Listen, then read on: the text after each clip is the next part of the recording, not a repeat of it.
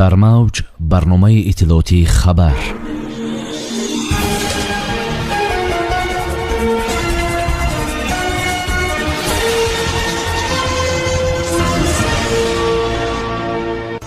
Кремл дар бораи ворид кардани нерӯҳои постдори сулҳи Русия ба Қаробоғи кӯҳӣ. Коронавирус боз шиддат гирифт. Муборизаи кишварҳои Иттиҳоди давлатҳои мустақил алайҳи ин маризӣ. Афзоиши теъдоди мубталоёни коронавирус дар Ӯзбекистон. Афзоиши шумораи гирифторони коронавирус дар Қирғизистон. Садио Мане, ситораи Ливерпул, гирифтори коронавирус шуд. Порошенко ва духтараш мубталои коронавирус шуданд. шарҳи ин ва дигар хабарҳо бо шумо ҳастам. Муниса Атамуллоева. Салом. дар Кремл эҳтимоли ворид кардани нерӯҳои постдори сулҳи Федератсияи Русия ба Қаробоғи кӯҳиро шарҳ доданд. Барои ворид кардани нерӯҳои постдори сулҳ ба минтақаи Қаробоғи кӯҳӣ, ки ҳафтаи боз даргириҳо миёни Арманистону Озарбойҷон дар авҷ аст, розигии ҳарду ҷониб лозим аст, гуфт сухангӯи президенти Русия Дмитрий Песков. нерӯҳои постдори сулҳ танҳо дар сурати розигии тарафҳо ворид карда мешаванд, қайд кард намояндаи расмии президенти Русия. пештар сарвазири Арманистон Никол Пашинян изҳор дошт, ки мехост нерӯҳои постдори Русияро дар Қаробоғи кӯҳӣ бубинад. ӯ афзуд, ки ин масъаларо дар нишасти васеътар дар доираи созишномаи Минск бояд баррасӣ кард. авҷи маризии сироятии коронавирус дар ҷаҳон шиддат гирифтааст. аксар кишварҳо ба хотири ҷилавгирӣ аз ҳарчи бештар паҳн шудани ин беморӣ як қатор маҳдудиятҳо ҷорӣ намуданд. вазъи коронавирус дар чандин кишварҳои ҷаҳон нигаронкунанда шудааст. ҳамарӯза мавриди нави сироятшавӣ ба ин беморӣ рӯй ба афзоиш аст. дар кишварҳои Иттиҳоди давлатҳои мустақил низ вазъият дар робита ба паҳншавии вируси COVID-19 он қадар хуб нест. вазорати тандурустии ҷумҳурии Ӯзбекистон теъдоди гирифторони бемории коронавируси нави COVID-19-ро гуфтанд. дар Ӯзбекистон шумораи мубталоёни коронавируси нави COVID-19 ҳамоно дар ҳоли афзоиш аст, хабар медиҳад вазорати беҳдошти ин кишвар.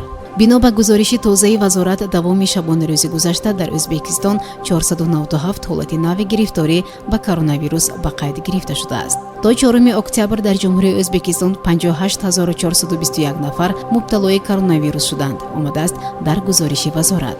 давоми 24 соати гузашта дар кишвар 3 ҳолати фавт аз ин вабои аср ба қайд гирифта шудааст. ҳамин тавр аз аввали ҳамагирӣ то кунун 497 кас қурбони коронавирус шудааст. бино ба гузориши вазорат, шумораи умумии шифоёфтагон аз коронавирус то 54854 нафар расид. аз ҳафтаи гузашта то кунун теъдоди гирифторони коронавирус дар ҷумҳурии Қирғизистон ба маротиб афзудааст. давоми шабонарӯзи гузашта дар Қирғизистон 244 ҳолати нави гирифторӣ ба COVID-19 ба қайд гирифта шуд, хабар медиҳад ситоди ҷумҳуриявӣ оид ба мубориза бо коронавирус. шумораи бештарини сироятшудагон дар вилояти Ҷалилобод ба қайд гирифта шудааст. инҷо дар муддати 24 соати гузашта 79 нафар мубталои коронавирус шуданд. омори дигар манотиқ чунин аст: вилояти Ӯш 62 нафар, Ботканд 33, Бишкек 26, Ӯш 25, вилояти Чуй 8, вилояти Исиқкӯл 6, вилояти Норин 3 ва вилояти Талас 2 нафар. аз замони ҳамагирии коронавирус то имрӯз дар Қирғизистон 47428 нафар гирифтори коронавирус шуданд. ҳамлагари бошгоҳи Ливерпули Англия ва мунтахаби Сенегал Садио Мане гирифтори коронавирус шудааст.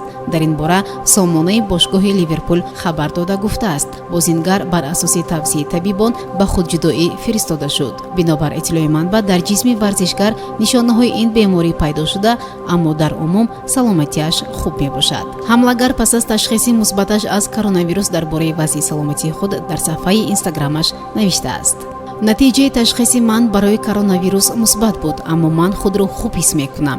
нишонаҳои шадид нестанд. ман фавран ба карантин рафтам ва раванди барқароркуниро оғоз кардам, навиштааст ситораи Ливерпул.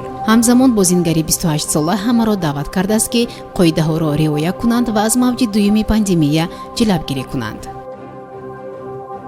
собиқ президенти Украина Петр Порошенко ва духтараш гирифтори маризии коронавирус шуданд. собиқ президентро ба бемористон интиқол доданд. хабари гирифтор шудани Порошенкоро ба вируси COVID-19 ҳамсараш Марина Порошенко расонаӣ намуд. наворе ки дар он Марина мубтало шудани ҳамсарашро ба коронавирус таъид кард, ҳизби ҳамбастагии Аврупо дар сафҳаи фейсбукӣ нашр кардааст. ҳамсари собиқ кишвардори Украина изҳор дошт, ки дар баробари Петр Порошенко духтари онҳо низ дардманди коронавирус шудааст. пётр алексеевичро ба яке аз дармонгоҳҳои киев ки онҷо маризони коронавирусро табобат мекунанд интиқол доданд, афзудааст Марина. бо умеди тансиятиву хонаводии ҳар яки шумо сомиёни азиз, дар ҳамин ҷо барномаи иттилоотии хабар ба поён мерасад. барномаи иттилоотии хабар аз рӯйдодҳои Тоҷикистон, минтақа ва ҷаҳон огоҳ бош.